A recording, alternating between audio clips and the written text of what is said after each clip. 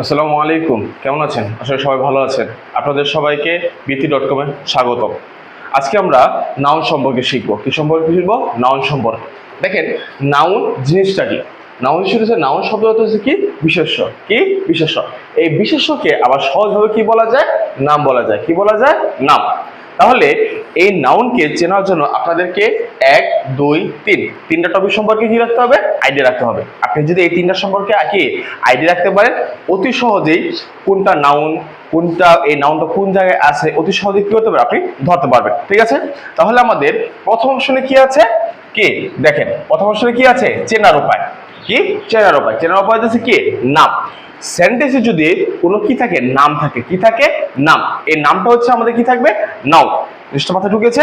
নাম থাকলে কি ধরবো? ওটাকে আমরা কি ধরবো? নাউন ধরবো। ঠিক আছে? এখন দেখেন আমরা পরের সংজ্ঞা যাই। পরে কি বলছে? কোনো ব্যক্তি, বস্তু, স্থান, প্রাণী বা গুণের নাম বোঝালে তা কি হবে? নাউন। আমরা সবাই জানতাম আগে থেকে কি যে কোনো কি সেন্টেন্সে যদি কোনো নাম থাকতো তাহলে আমরা কি হতাম? ওটাকে নাউন ধরতাম। কিন্তু এখানে আমি কয়টা জিনিস কি বাড়তি অ্যাড করছি। কি বলছি? কি বস্তু, স্থান, প্রাণী বা গুণের নাম। গুণের নামটাও কি আমাদের নাউনের মধ্যে কি হবে? অন্তর্ভুক্ত হবে। ঠিক আছে? এখন দেখেন পরের জিনিসটা আমরা কি চিনি। এখন আমরা শিখবো হচ্ছে নাউনটা আমরা কিভাবে চিনবো। ঠিক আছে না? আমরা বিগত কি অনেক ক্লাসে আমরা জেনেছি যে ছোট ছোট আপনি কি উপায় দেখিয়ে দিচ্ছি যে অতি সহজে তোমরা কি করতে পারো, ওতে কি ওই যে টপিকটা ধরতে পারো। ঠিক ওরকম করে আমাদের এখানে একটা কি টপিক আছে, টপিকটার নাম হচ্ছে কি কিভাবে চিনবো। যদি আমরা সেন্টেন্সের মধ্যে কোনো ওয়ার্ডকে কি এবং কে ধারা প্রশ্ন করতে পারি, কি ধারা কি এবং কে ধারা প্রশ্ন করতে পারি, তাহলে যে ওয়ার্ড থেকে আমরা কি পাবো, এই প্রশ্নগুলো কি করা যাবে এবং ওই প্রশ্ন থেকে কি আমরা উত্তর পাবো, সেটা হচ্ছে আমাদের কি নাউন। সেটা আমাদের কি হবে? নাউন। দেখো ঠিক ওরকম করে এখানে একটা আমি সেন্টেন্স দিয়েছি। সেন্টেন্সটা কি আছে? Dhaka is a big city. Dhaka একটি কি বড় শহর। তাহলে আমি কি বলছি যে এখানে কি অথবা কে ধারা যদি প্রশ্ন করি তাহলে আমরা কি পেয়ে যাব? এখানে নাউন পেয়ে যাওয়ার কথা না? তাহলে দেখো আমরা এই দুইটা থেকে প্রশ্ন করি। ঢাকা একটি বড় শহর।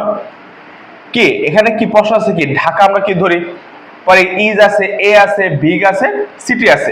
এখন এই প্রত্যেকটাকে আমরা কি করলাম? এই দুইটা দ্বারা কি প্রশ্ন করলাম। দেখো এইখান থেকে কি একটা ওয়ার্ডের মধ্যে কি আমাদের কি এই দুইটা প্রশ্নের মধ্যে একটা কি প্রশ্ন যাইতেছে না?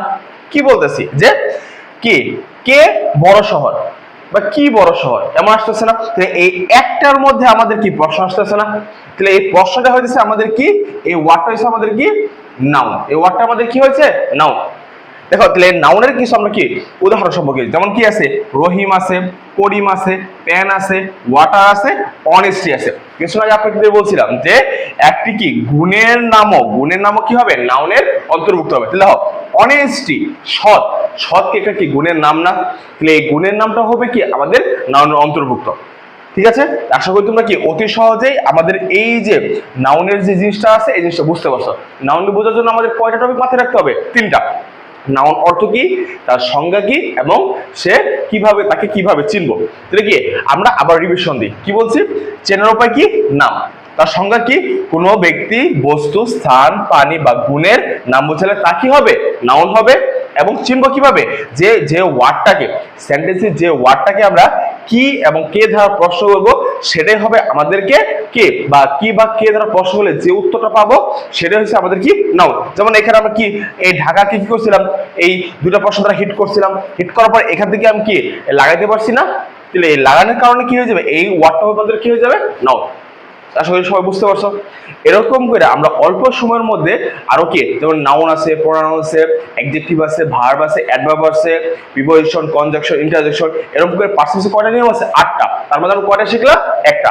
আমাদের সাথে থাকবে ইনশাআল্লাহ। আস্তে আস্তে কি করবো আমরা সব সম্পর্কে কি করবো, সবগুলো সম্পর্কে আইডিয়া নিব এবং সবগুলো সম্পর্কে শিখবো। ঠিক আছে? আজকে এই পর্যন্ত। ইনশাআল্লাহ নেক্সট পার্টে আপনাদের সাথে দেখা হবে। আসসালামু আলাইকুম। ঠিক আছে।